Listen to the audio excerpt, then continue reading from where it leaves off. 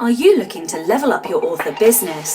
Are you pounding your head against a wall, wondering what your next step should be? Then join me, Daniel Willcocks. And me, Sacha Black, as we haul ass each week in a bid to level up.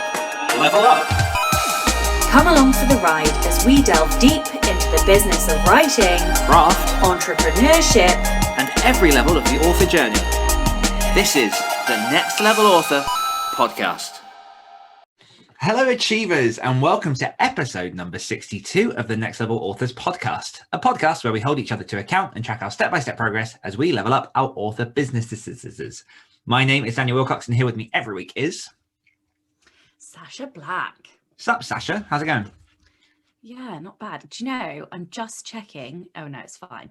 I just wanted to make sure that it was the right mic because I have had some weird recording things, or it's not recorded the right mic. Yeah, it's all right. My week. How was my week? It's a weird week. It's half term. So we've sort of been Welcome here, to the there, Weird Week everywhere. podcast. Yeah, I know. Surely every week is weird. This week's been weird. I think that's just that's just self-employed life. Is like there's no We need stability. t-shirts. There's no We need t-shirts. that What a say- weird week. Yeah. And I'm a next level author. I'm always having weird weeks. I'm making a note of that. Yeah. Hashtag weird week. You know, it has though, because it's not been. Do you know, it's so true. What is a normal week? I literally don't know what a normal week is. This is the only normality in my week. Right? The stop point in our weeks. I don't even know really. I'm all right. I've hardly seen you. I know. I've had a little boy to look after and a deadline to be hitting. I know. I've had Atlas on and off. My mum's had him a bit this week. I've had him a bit this week. I'm going back to collect him today. I have done. So I'm going to explain for podcast listeners and show YouTube listeners. So here's my whiteboard. And as you can see, it's obscene. It's basically a very large whiteboard full of things that need doing. And so this week I've managed to cross off 1, 2, 3, 4, 5, 6, 7, 8, 9, 10, 11, 12, 13, 14 things. Nice. And that's what I've crossed off, and the majority is still not crossed off. And I've got a couple of things. I'm really good at this, and it's really bad. What I'm really good at is not doing the really important thing. It's like my best skill. I'm so good at avoiding the really important thing that I need to do. And I really need to send some fucking emails. Oh, guess what? Sacha hates emails, so she's avoiding them. So I have to send some really key emails this weekend. I have to do it. So that's I'm gonna try and not work this weekend apart from those emails, and I just have to finish off a bit of freelance for Monday. But yeah, I mean, it's been a fine week. I got to see Cruella. I've heard very good things about it. It is. Look, I'm sure there are going to be people who complain about it, but it was so fun. And it was a masterclass in villainy. Oh, okay, right. So we're going to stop. We're not going to talk about you just yet because I'm going to tell you why it was a masterclass in villainy. Because I have to ask you about your week. Yeah, just sit back. Okay, so what was so fantastic about this film, right? Nope, forget it. I'm going to do it in the thing that I enjoyed this week. Yes, otherwise I will lose my thing that I've enjoyed this week. Tell me about your week, Annie. Well, did you say honey or Annie? Honey. Okay, that's better. Tell me, Annie, just for podcast, well, for every listener out there who has fire in their heart. Now, I just want to make a note that my dad's in the next room on a call. So if you hear mumbling in the background, it's not you going crazy. That's next door. It's me going crazy. My week's been good. You popped onto the Willcocks Writers Group and did a live Q&A, which was a lot of fun. Week? That was this week. That was on Tuesday. I know, feels like months ago. But the guys in the group loved it, said thank you. They've taken loads of really good stuff from there. So thank you for popping along and just being bombarded by very, very specific questions. It was super fun. Your group is lovely. Yeah. But yeah, my week's been mostly just survival. It's been and I'm not complaining at all, because I don't see my son as often as I'd like to anyway, because obviously a situation with myself and his mother. But like, it's been fantastic spending time with him, seeing him, spending mornings with him. And then in every nook and crevice that I can find during the week, I've been trying to get the words in to reach this deadline, which is, it falls on Sunday. And I'm confident I'm going to finish the story today, so I can have the rest of the weekend free with him.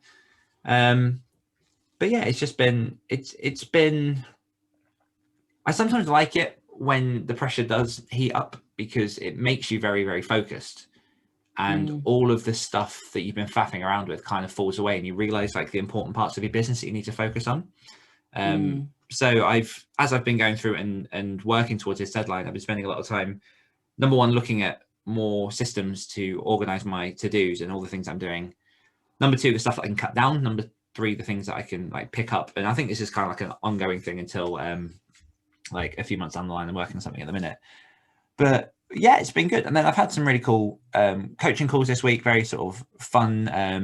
I'm very, very pleased with a lot of how my clients are getting on and sort of where they're getting to. One of them finished a second draft for a book this week, which is very awesome, and we were both very, very excited for that. And the other thing that happened is I went and got my eyes tested, because I've been getting really tired eyes lately. I've had glasses for about 2 years, but I was told that I only really need to wear them occasionally when I'm doing screen work, because I kind of had the choice. My eyesight's okay, but because I do so much screen work, they would help. And I went and got my eyes tested, and I'm now getting a new pair of glasses, which for some, like, I didn't think I'd be that excited to get them, but they're really smart and I like them. And I'm going to have to wear them more often when I'm on screen. So I've been wearing the current ones I've got more often on screens this week. And weirdly enough, a lot of the tiredness in my eyes has been going, which has helped me do more stuff. It's really bizarre. Like, I don't see the connection. I just don't. So yeah, that's kind of like an overview of my week. I'm heading off to my parents' caravan later on today, and going to spend the weekend there on the Norfolk coast, which will be nice. What's the next thing that we do? I've got my list here, but I'm just not looking at it. What's something that you've enjoyed this week? Cruella. I can guess. Is it Cruella? Yeah, it was. So about your masterclass? Now I'm going to tell you about this Villainy Masterclass. Right. So normally the villain is the baddest bitch in the movie or the story, right? But here's a lesson. If you want to have a villain as your protagonist, all of a sudden you can't have that villain cannot be the baddest bitch in town. No. Because if your villain protagonist is the baddest character, where's the conflict? Okay. So, and of course you can have a hero who is like a force of good as the conflicting person, and that is that is the normal way of doing things. But the reason I liked Cruella is because there was no hero in the movie. It was a hero-less movie, and what they did was they had Cruella, who is clearly evil, as the protagonist, and then had an even bigger villain who was just pure evil. Okay, and so she was played by Emma Thompson. Yes, Emma Thompson, who is just exquisitely amazing as an actress. And I've seen her in loads of stuff, and I love every single thing that she does. And she was so fucking badass. I was just like in awe and like smacking and giggling at the TV screen. And there is one hell of a twist in the show, which I'm not gonna give away because it's still very new. But it just made it so exquisitely beautiful as a film, and like cyclical, and like it was all there, but like they do deceive you very well. And I thought it was excellent because you don't often see a villain protagonist with an even worse villain as the like villain / antagonist in the story. Usually you see villain as a protagonist pitted against hero. So I thought it was fantastic for that. And the other thing that I liked about it is that they did what I teach in like when I talk about villains. So one of the things that I teach is that if you're going to have a villain, particularly a villain as a protagonist, you want to make them appealing if not likable. Like, you don't have to have likable characters, like the villain can be unlikable, but they still need to have some connection with the reader. And so the way they did that is that they gave her a dog to care about, and so of course she's wonderful to this dog, and she has like this sort of gang of people around her that, you know, she treats terribly, so then it makes her treating the dog better, you know. Anyway, and it was just a proper classic masterclass in villainy, if you deconstruct it and look at it for like story structure and characterization and like all the shit that I geek out over. And so I definitely want to go back or like watch it on TV with a notebook and like take notes and stuff and then like write it all up, because like I've done some processing, but also like it was so fun. And was it the cinema or Disney Plus? I went to the cinema to see it. But it is on Disney Plus, but you have to pay like the 20 quid or whatever it is to see it. Fair. Nice. I my mum and my sister went to go see it, and they were raving about it, saying it was fantastic. Because I'm always dubious of hiring, or not hiring, like, yeah, because I'm the casting director. I'm always dubious of actresses or actors who are American who then get put into very, very British roles. But that's Emma Stone as Cruella. Yeah. But Emma Thompson is British. Yeah, There's Emma two Thompson's Emmas. British. Yeah. But I'm talking about Emma Stone. Oh, okay. Sorry. Like, so when I saw the trailer, I was a bit like, okay, she seems to be doing well there, but because sometimes actors just really can't keep that consistency of yes, and she is a very British villain. So yeah, I've heard nothing but good things about it. My thing that I've enjoyed this week is actually working with my new VA on my social media stuff, because what's been really nice is that we've now got like a fixed point in the week that is set in stone, in which we sit down and discuss and strategize upcoming things that I'm doing. And it's something that I've needed to have fixed in my calendar for ages. I just haven't, because, you know, I end up prioritizing words or like other things. But having someone else there that's kind of waiting on me to do stuff is just really useful. And we had a really good conversation before we started working together, where sort of we went through like what I'm trying to do, like my brand, all that kind of stuff. And she was just fantastic at understanding all that and taking that on board. And now we're having these conversations and things are starting to go out that feel really like me, which is fundamental and like key, because like I don't want to just be one of those guys that puts out like really generic corporate posts here and there. So it's all like content to do with me, but at the same time it's very, very like, it's much more deliberate around the stuff that I'm trying to do and the people that I'm trying to reach. So yeah, it's only been not even a week so far of putting stuff out, but it's just been a really, really positive experience so far. And like I say, something that I should have been doing anyway, but having that person there makes that a bit more regular and a bit more accountable as a thing to do. Yeah. I love that you're like #positivity number 5. Why? Oh, just because like it makes me smile how happy like you are, because then like you give that happiness to everybody else. It's just and then also you use positivity, so it was just lovely. Like I was sort of giggling, smiling, because I was like, no, I love how happy you are. Yeah, no, it's really, really good. And like things are going well with it. Like I've got a competition running at the minute for people who haven't seen, which is I'm giving away 5 non-fiction books that are all aimed around helping people to self-publish, and I've got The Anatomy of Prose in there. Thank you very much, Sacha. David Gogren's Amazon Decoded, Successful Author Mindset by Joanna Penn, 5,000 Words Per Hour by Chris Fox, and then my self-publishing blueprint. And that competition ends on the 11th of June and is just at danielwillcocks.com/publish. And then I've also had a few more entries for the 90-day book camp, so that's doing well. And yeah, it's just a lot of what I'm doing. It's starting to feel more cohesive, which is nice, as opposed to like 1,000 different things out there. I'm starting to like bring it all together in a way that makes sense to me, at least. So yeah, that's my thing. Let's do a level up. Give me a level up, Sacha. Okay. Prepared as always. I'm not in the right Slack, that's the problem. Okay, level ups. Ida says, my level up this month. My reader magnet was both developmentally edited and copy edited. Finally, it's being proofread this weekend and I have a cover for it. I brought Atticus and hope to format it, if I can figure it out, and put it on a Story Origin rom-com promo that starts next Tuesday. Worst case scenario, I'm hoping it will be on by the end of next week. Story Origin.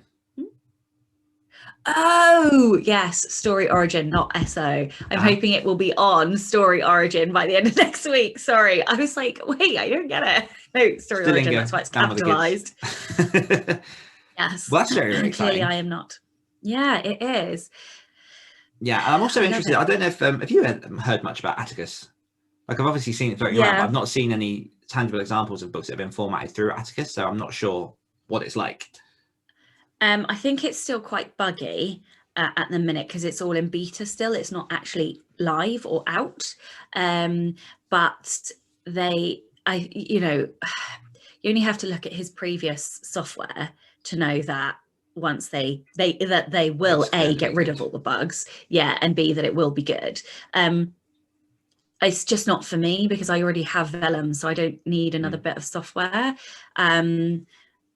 It's otherwise it's another $120 or whatever it is. But I think for anybody who is on PC, it's going to be an absolute game changer. Hell yes.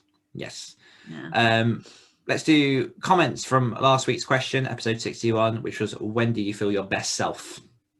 Okay, so Holly Line said, thanks for the shout out, Dan. I love that our interview energized you. I've been thinking about the question of the week and it's really hard. I feel like I'm my best self when I'm excited about something and focused on it. I haven't felt that way for a while. I really want to consider this more in depth because, as you said, Sacha, there are consequences for this question. There really, really, really are. Mostly burnout.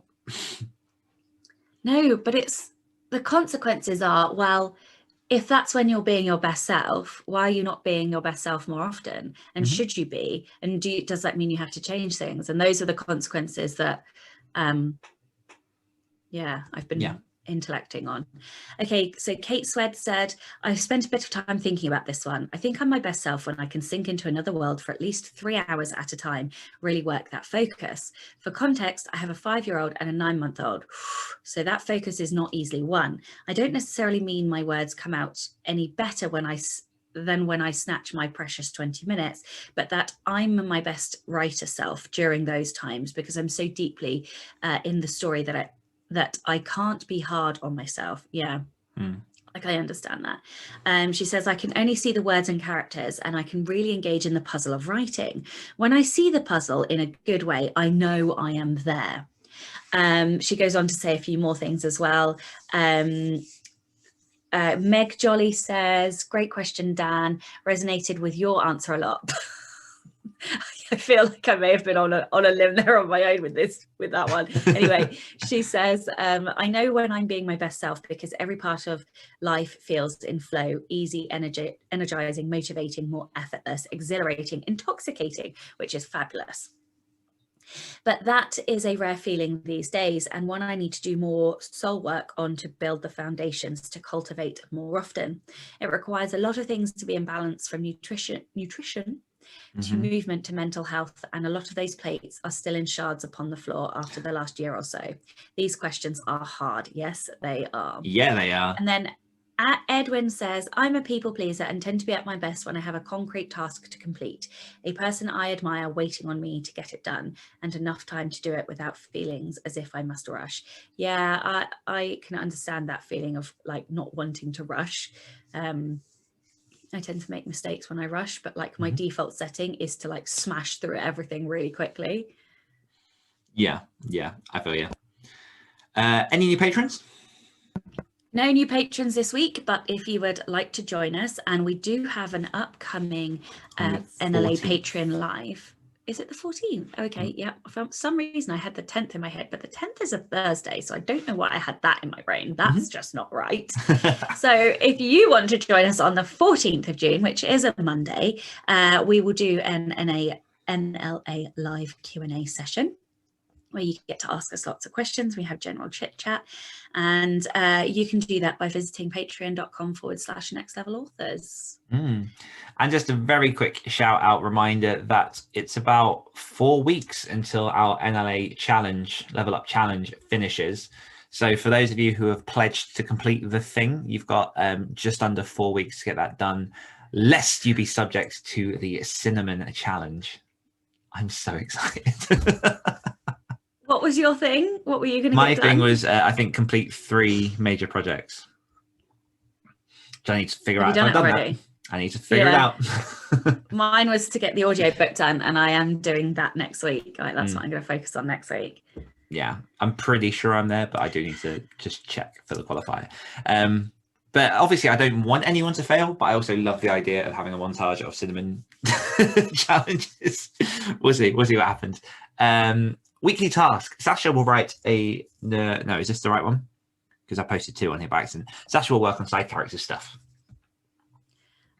I thought it was marketing stuff. Either way, I have done that because I finished my resources stuff, which took me so long. I don't know why it took me so. I do know why it took me so long, because I had to go through the whole bloody manuscript and the fucking thing as a tome. But also I anticipated it taking half a day, and it took a whole day. So I didn't do any of the other things I needed to do. But yes, so I definitely. I am so shit with my time. It is unbelievable. But yeah, so I did, this is my to-do list right now, and I have done loads of the things on there. So yeah, I did it. Oh, the pre-orders live as well. Oh, that was the other thing. Yeah, it is. I should mention that, really, shouldn't I? Yeah. Okay. So, if you are an ebook reader, it's live on everywhere except for Kobo at the moment, and Google Play, but that will come next week. And if you're a paperback reader, you've got to wait another couple of weeks, because you have to have the file to do that. So I'm not going to do that until I've had some advanced readers read it, because there's always another error or 2 that needs fixing. You can never guarantee that. Yeah, it's there.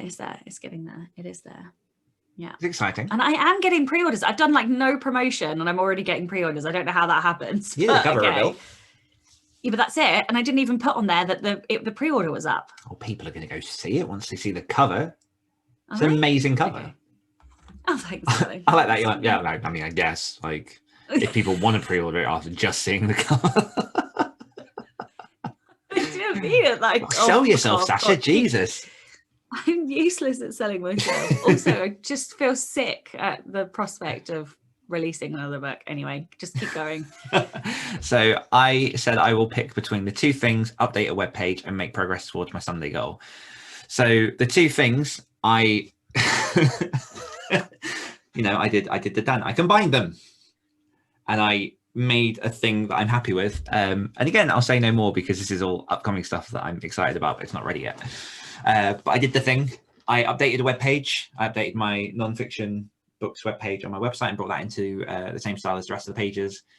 And I have made significant progress towards my Sunday goal. I think I've probably only got about maybe 4K left to write, and then this book will be done. It should be nice. It's 50K I've written in 2 weeks. Thumbs up. Whoa.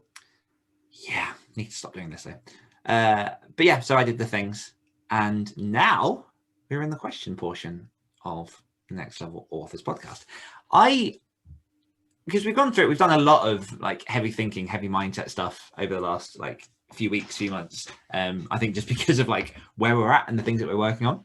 So I thought I'd come up with something a bit more fun, a bit more different and plus I'm just really curious about what your answer will be to this. So my question to you is, who is your favorite character that you've written, and why?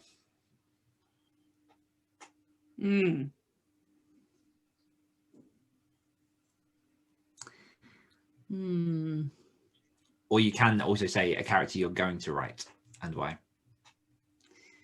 Let's change that. So who is your favorite character you created, and why? Oh, this is really hard.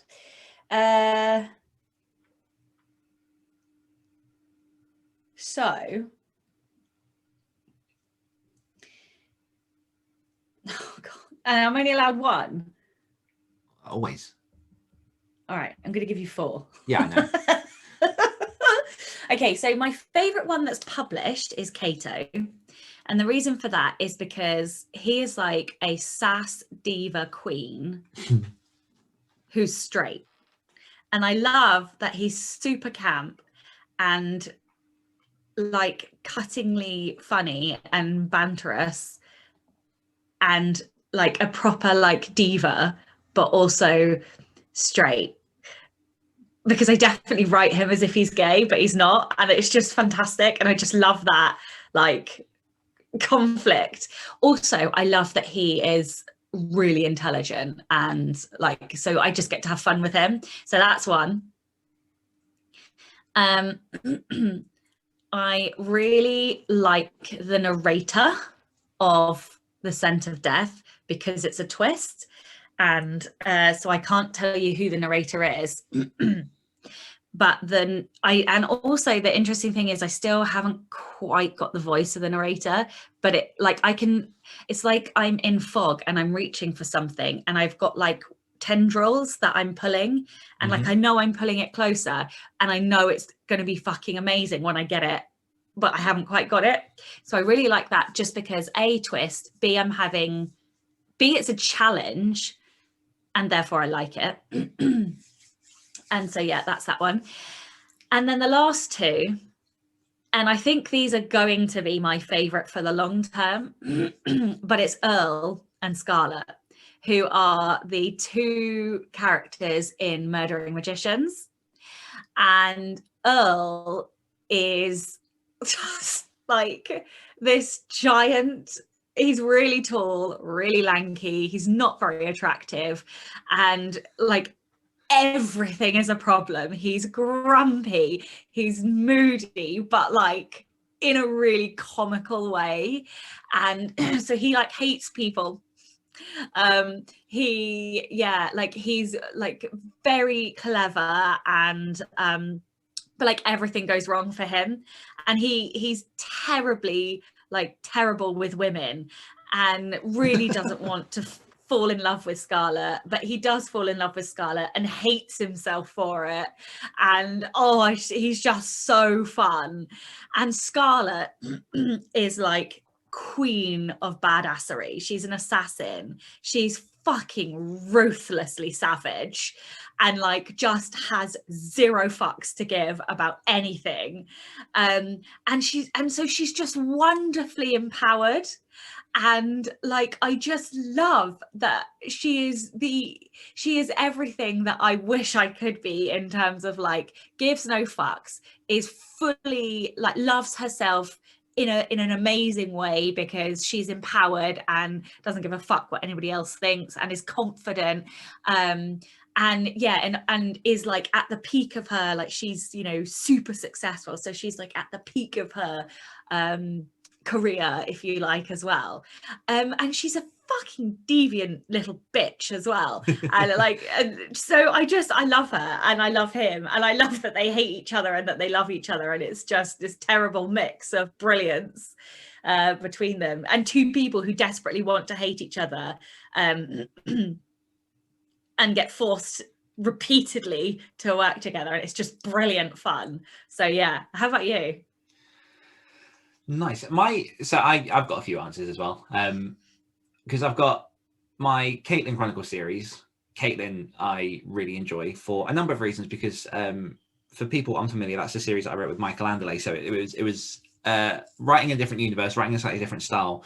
And where I typically write much darker stuff, this series there was a lot more fun injected into it. So it's a bit more lighthearted. And Caitlyn is, the protagonist of that story. She's someone who is badass. She grows up in this tiny little fortress in the middle of the woods in a post-apocalyptic landscape, a forest surrounded by zombies like they've never been beyond the woods. And she grows into a badass after meeting a vampire and a werewolf. And she's one of my favorites because I've written the most with her. She also made me the most money. That's always nice. And yeah, she was just it was very fun to watch her I say watch her, to make her grow from, you know, where she started out to seeing where she ends at the end of that arc. So that's one. Number two is Colin Bolton from the Rot series that I wrote with Luke. And I think that will always have a fondness in my heart because that was one of the first real fleshed out characters that we wrote and we put into a novel.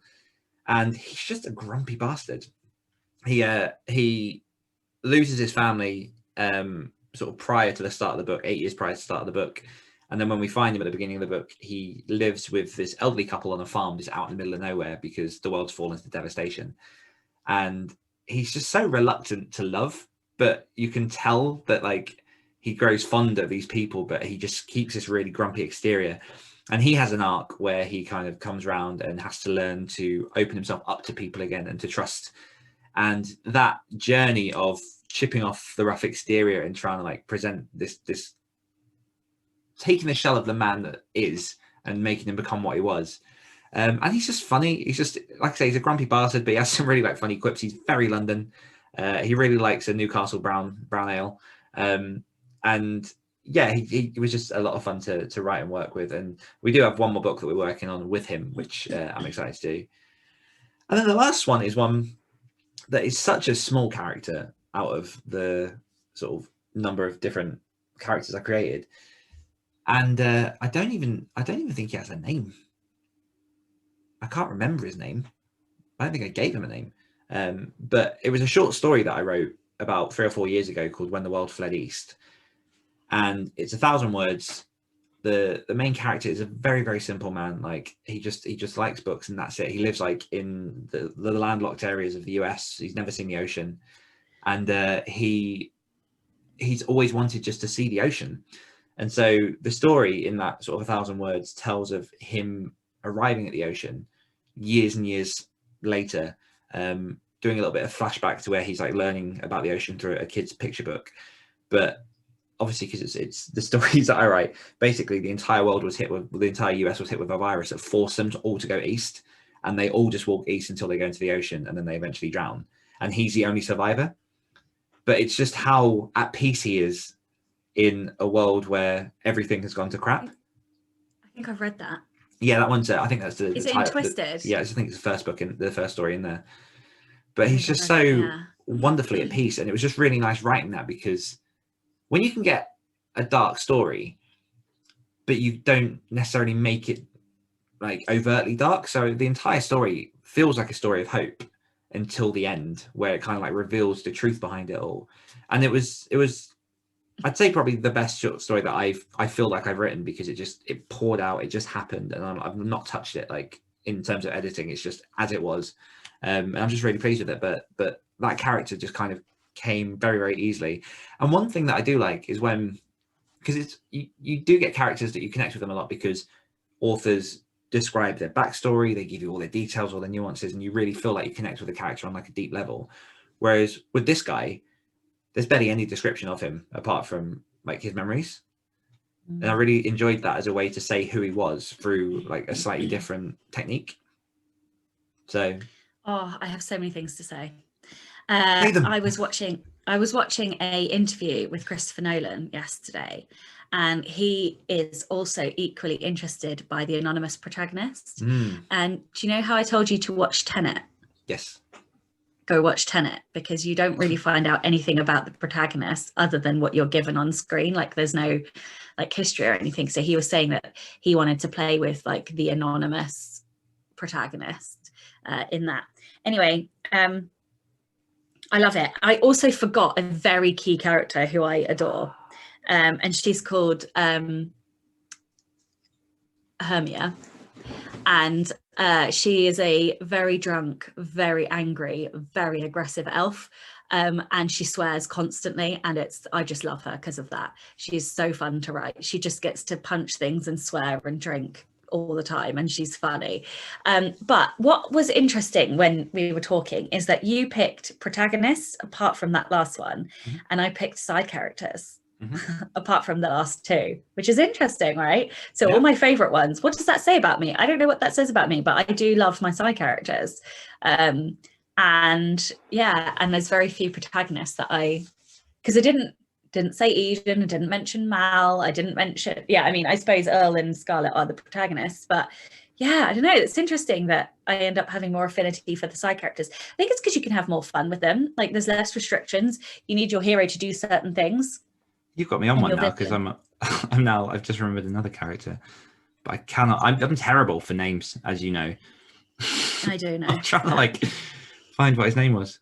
But there was a guy that used to just basically live in trash in the Caitlyn series, and he kind of has his wife turned into a zombie, and he tried to keep her alive so he could turn her back, and it doesn't go very well. And then he ends up going on a journey with them, but he's very like, he's lost all his social skills just for the fact that he's been out by himself, surrounded by piles of trash that he's turned into his home. I can't find him. And it was Garth is the protagonist from When the World Fled East. Oh, it's going to kill me if I can't find his name now. Joe? It was Joe. See, I always have unusual names because then they're easy to remember. Yeah, I mean, that would make sense. But yeah, I like that. Nice, easy question. So I am interested. Was an easy question. Yeah, I thought I'd dial down the heat a little bit. But I'm very, very interested to know from our listeners who their favourite character is that they've created, or if you've not yet created a character, who your favourite character is. That'd be interesting. Well, how are you leveling up your business for next week, Sacha? Oh shit.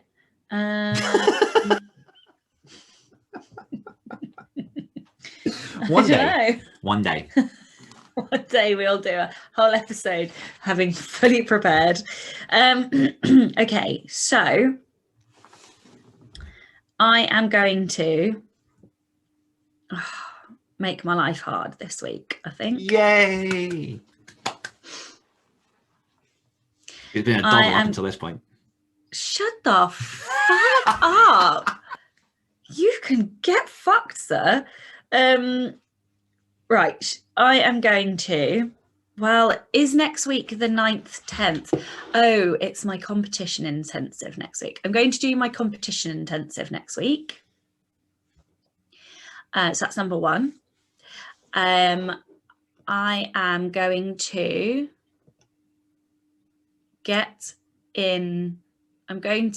give blood as well, apparently. Oh, what am I going to do next week? I'm going to do my competition intensive. I'm going to force myself to pitch at least one podcast to go on for the launch. I'm going to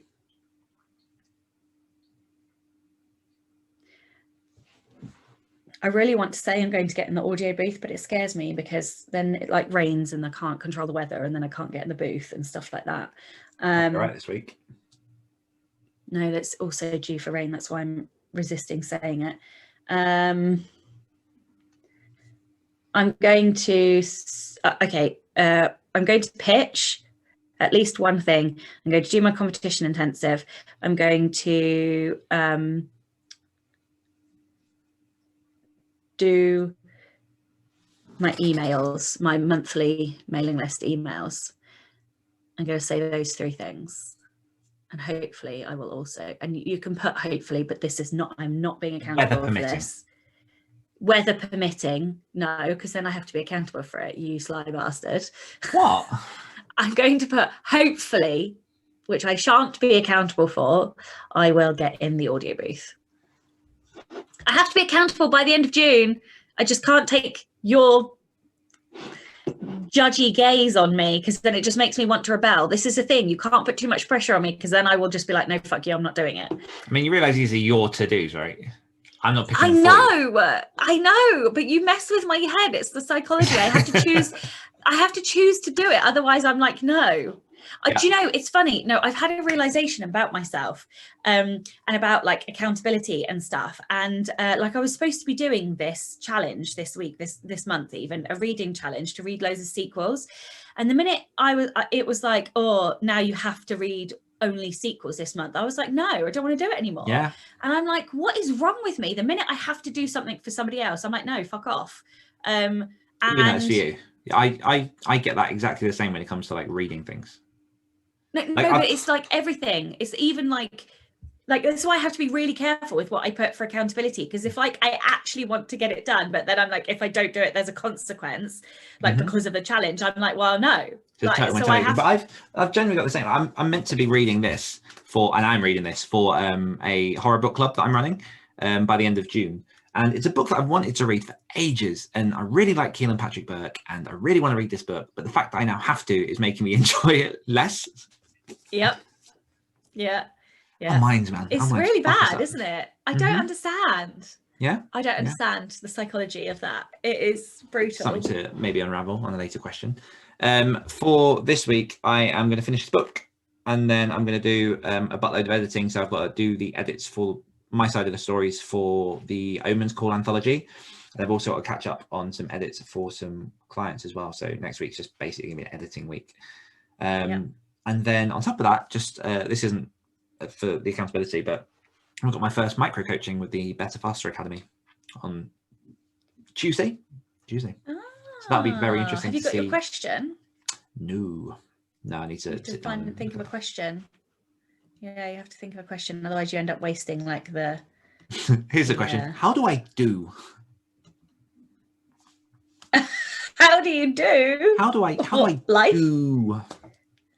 Do you know what I mean? Like, I really want to do, but I don't know how to do. Just want more. Just always want more. That's your achiever. Mm-hmm. That's your achiever. Mm-hmm. Is it number 2? Like me, it is number 2, isn't it? No. Individualization. Yes. Achiever, then input, learner, positivity.